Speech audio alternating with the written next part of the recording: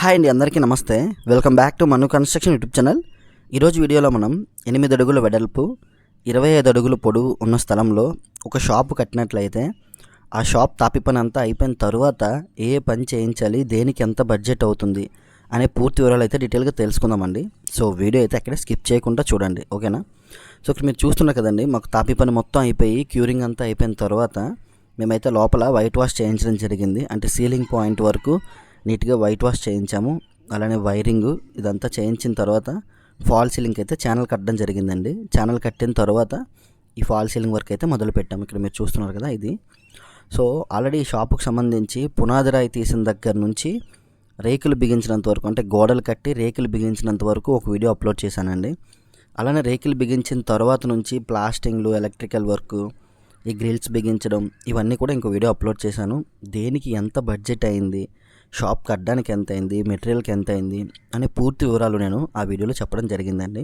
ఆ 2 వీడియోస్ కూడా నేను డిస్క్రిప్షన్లో లింక్ ఇస్తాను.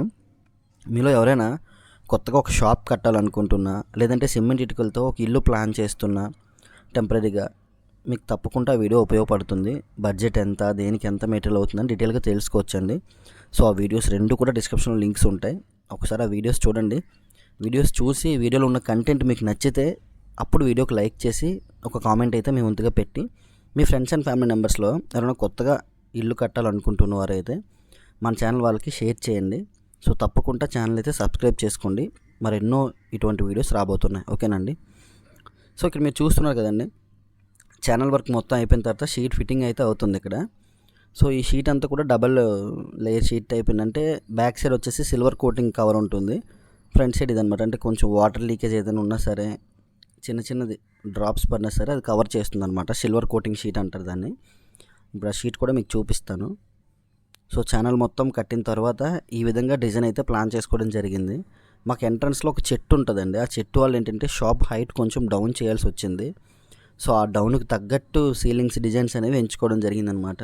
సో అవి కూడా డిజైన్స్ కాదు, ఓన్గా ఇది ఇలా బాగుంటుంది, ఇది ఇలా బాగుంటుంది అని చేయించుకున్నాము.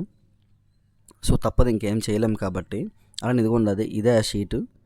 సో చాలామందికి తెలిసే ఉంటుంది, కొత్తగా ఇల్లు కట్టే వాళ్ళకైతే ఫాల్ సీలింగ్ గురించి అనుభవం ఉంటుంది.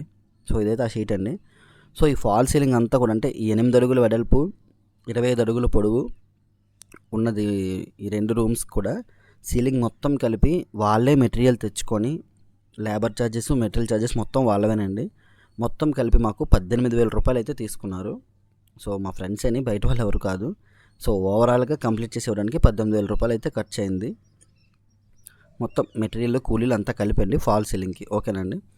సో మనకి ప్లాస్టింగ్ వర్క్ అంతా అయిపోయిన తర్వాత, దాని క్యూరింగ్ పీరియడ్ అంతా అయిపోయిన తర్వాత మనం చేయించాల్సిన పని ఏంటంటే, ఫస్ట్ వైట్ వాష్ చేసుకోవాలి. వైట్ వాష్ తర్వాత ఎలక్ట్రికల్ వైరింగ్ వర్క్ ఉంటుంది. వైరింగ్ వర్క్ చేయించిన తర్వాత సీలింగ్ వాళ్ళ ఛానల్ కట్టాలి. వాళ్ళ ఛానల్ కట్టిన తర్వాత మళ్ళీ వైరింగ్ వర్క్ ఉంటుందండి. ఎందుకంటే ఫస్ట్ వైరింగ్ వర్క్ అంతా అయిపోయిన తర్వాత ఛానల్ కడతారు. ఛానల్ కట్టినప్పుడు మళ్ళీ మనకి ప్రొఫైల్ లైట్లు ఎక్కడ కావాలి, ఈ లైట్లన్నీ ఎక్కడెక్కడ ఏమి కావాలనేది నీట్గా మళ్ళీ వైర్లు దింపాలన్నమాట.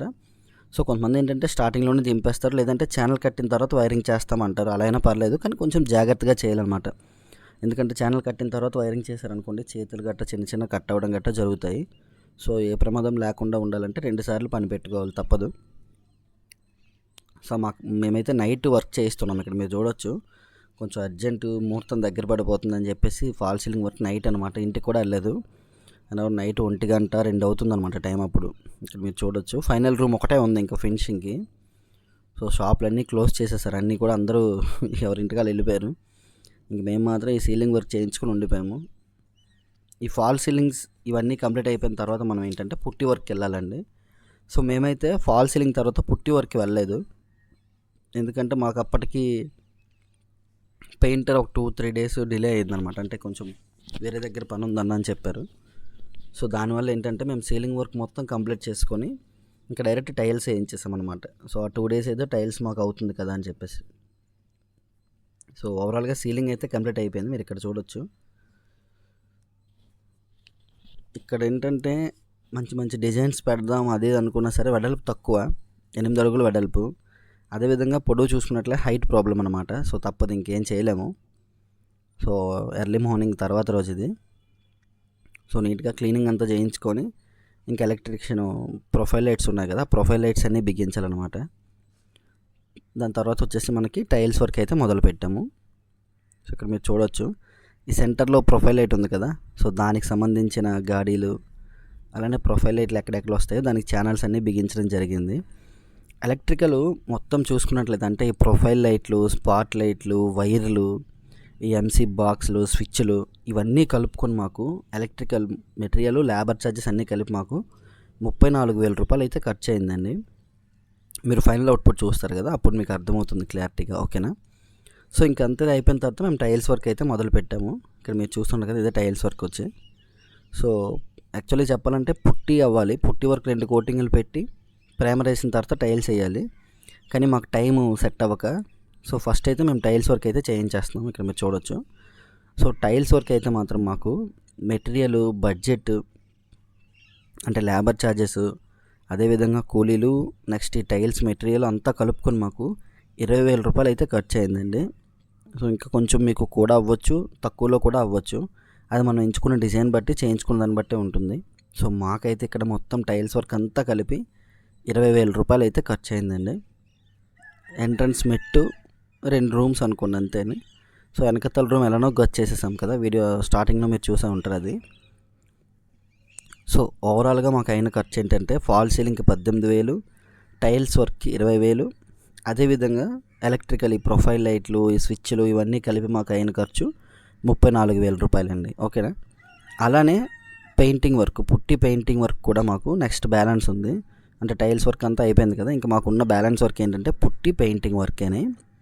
సో మొత్తం పుట్టిలు ఫస్ట్ కోటింగ్ అయితే పెట్టడం జరిగింది. ఇక్కడ మీరు చూసారు కదా, ఇది బ్యాక్ సైడ్ మొత్తం వైట్ వాష్ చేసాము. వైట్ వాష్ చేసించి ఇంకా మళ్ళీ సెకండ్ కోటింగ్ పుట్టి అయితే మొదలు పెట్టడం జరిగింది. సెకండ్ కోటింగ్ పెట్టి పేపరింగ్ చేసి ప్రైమర్ వేసి ఇంకా కలరింగ్ ఇదంతా చేయించుకున్నాం అనమాట. సో ఓవరాల్గా మాకు పుట్టి పెయింటింగ్ వర్కే 20,000 రూపాయలు అయితే ఖర్చు అయిందండి. సో మాకు మొత్తంగా ఓవరాల్గా అంతా కలుపుకొని అంటే ప్లాస్టింగ్ వర్క్ అంతా అయిపోయిన తర్వాత మాకు అయిన ఖర్చు సీలింగ్కి 18,000, అదేవిధంగా టైల్స్ వర్క్కి 20,000, పుట్టి పెయింటింగ్ వర్క్కి 20,000, ఈ ప్రొఫైల్ లైట్లు, స్విచ్లు ఇవన్నీ కలుపుకొని మాకు అయిన ఖర్చు 34,000. ఓవరాల్గా 92,000 రూపాయలు అయితే ఖర్చు అయిందండి ఇప్పుడున్న స్టేజ్ వరకు. ఇంకా మాకు బ్యాలెన్స్ ఏంటంటే వుడ్ వర్క్ ఉంది. వుడ్ వర్క్, ఈ నేమ్ బోర్డ్స్ ఇవన్నీ ఉన్నాయన్నమాట. అవి నెక్స్ట్ వీడియోలో మీకు కవర్ చేస్తానండి. ఓకేనా? సో ఇప్పటి వరకు మాకు అంటే గ్రౌండ్ నుంచి నేను చెప్తున్నాను, స్టార్టింగ్ నుంచి కూడా పునాది రాయి తొక్కే ముందు క్లీనింగ్ దగ్గర నుంచి పునాది రాయి తొక్కి బ్రిక్ వర్క్ చేసి దానికి రేకులు వేసి బిగించి ప్లాస్టింగ్లు చేసి ఈ ఐరన్ స్టీల్ గేట్లని ఇవన్నీ కలుపుకొని మాకు అయిన ఖర్చు 1,82,400 రూపాయలు అయిందండి. సో దాని తర్వాత మాకు అయిన ఖర్చు 92,000 రూపాయలు. ఇప్పుడు మీరు ఏదైతే చూస్తున్నారో ఇదన్నమాట, అంటే ప్రొఫైల్ లైట్లు ఇవన్నీ కలుపుకొని అనమాట. ఓవరాల్గా మాకు అయిన ఖర్చు అంటే ఇప్పటి వరకు షాప్కి అయిన ఖర్చు 2,74,400 రూపాయలు అయితే ఖర్చు అయిందండి. ఇందులో నేను మొత్తం అన్నీ యాడ్ చేశాను. మీరు అంటే ఒక ఇల్లు కట్టినట్లయితే ఇంత బడ్జెట్ పెట్టాలంటే అంటే సిమెంట్ ఇటుకలతో మేము కట్టి ఇంత బడ్జెట్ పెట్టాలంటే మీరు హౌస్ కన్స్ట్రక్షన్ చేసినట్లయితే అవసరం లేదన్నా, పుట్టి పెయింటింగ్ వరకు పెట్టుకోవచ్చు. అది కూడా వద్దంటే వైట్ వాష్ చేసుకొని కూడా దిగొచ్చు. సీలింగ్ చేయించాలంటే చేయించవచ్చు, లేదంటే లేదు, మీ ఇష్టం అనమాట. సో ఇక్కడ మాకు అవన్నీ షాప్ కాబట్టి ఉండాలి కాబట్టి చేస్తున్నాం అనమాట. ఓకేనా? సో ఓవరాల్గా మాకు చూసుకున్నట్లయితే తాపీ పని ముగించినంత వరకు అంటే తాపీ పని, డోర్లు, ఈ గ్రిల్స్ వీటి వరకు మాకు వచ్చిన బడ్జెట్ 1,82,000 రూపాయలు ఖర్చు అయింది. ఇంకా తర్వాత ఇప్పుడు పుట్టీలు, ఫాల్ సీలింగ్లు, టైల్స్ ఇవన్నీ కలుపుకొని మాకు అయిన ఖర్చు 92,000 రూపాయలు అయిందండి. ఓకేనా?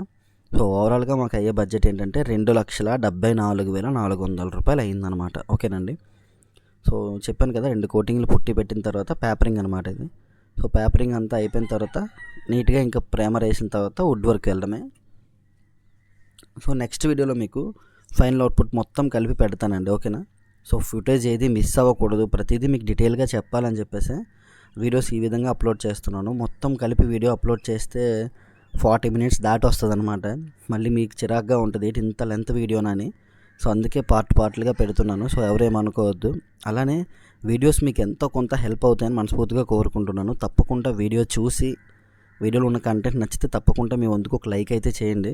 ఎందుకంటే ఈ షాప్ వర్క్ చేయడానికి మేము ఎంత కష్టపడ్డామో ఈ వీడియోస్ చేయడానికి కూడా నేను అంత కష్టపడుతున్నాను.